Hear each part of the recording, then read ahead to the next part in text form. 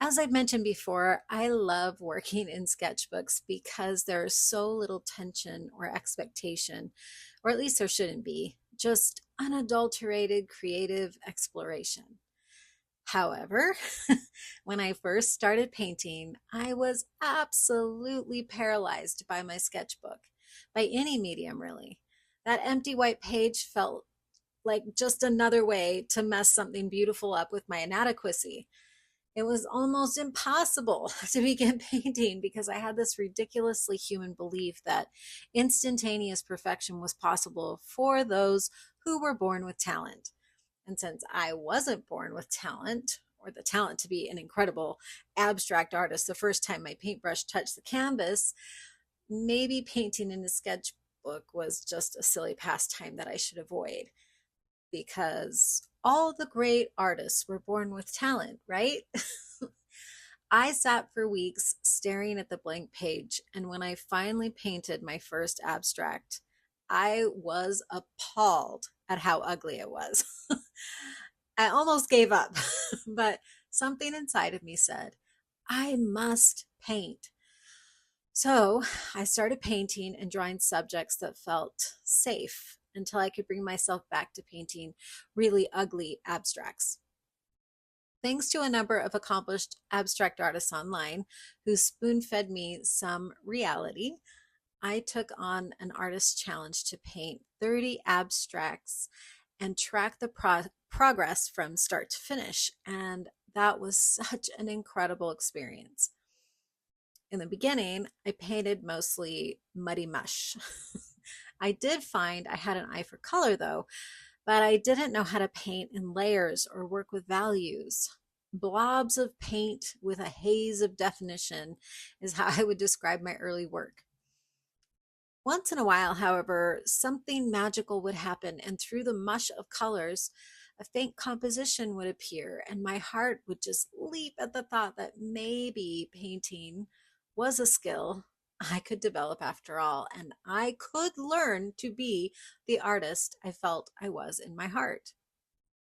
I'm glad that that limited mindset is, for the most part, behind me. And I'm so grateful to the many artists who shared their stories that altered my perspective and gave me hope.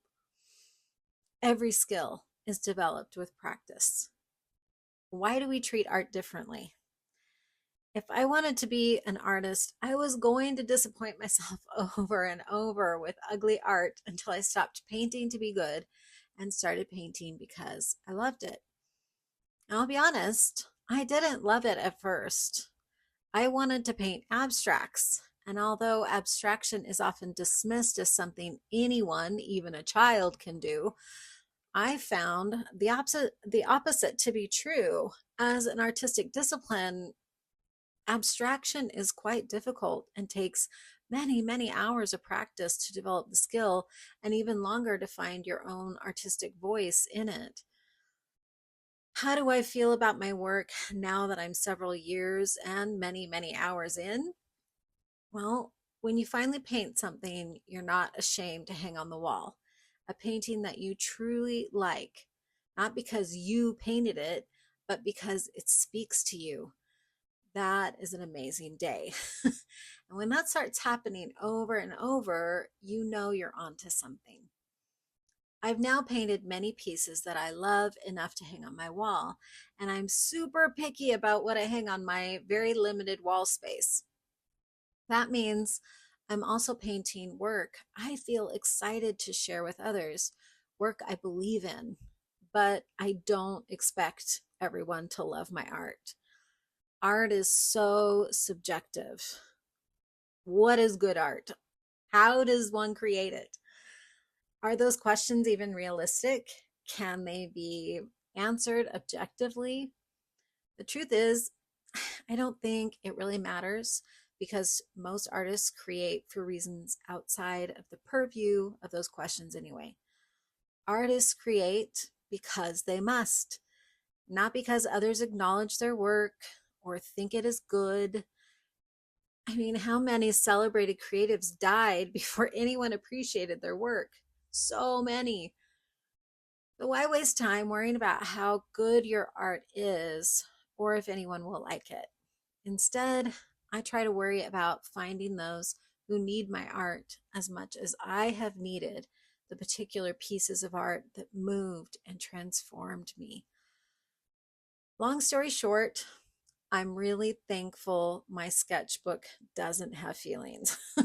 It doesn't know if I'm a professional artist or a newbie afraid to walk down the canvas aisle at the local art supply store. It's inert.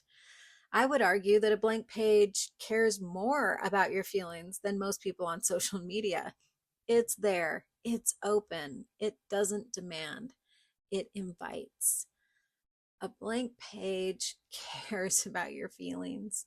It's there for you no matter how appallingly ugly your creativity is. Sometimes the pages in my sketchbook are hideous. Then I leave and come back to those same pages a week or two later and think, huh, that's not so bad. In fact, I even like it, oddly. I guess what I'm trying to say is everyone starts at the beginning. The most accomplished artists still receive criticism. It's human nature to criticize. Not being good enough is where most of us live most of the time. But a sketchbook doesn't know any of that. So make some ugly art and leave the perfectionists to the creation of nothing.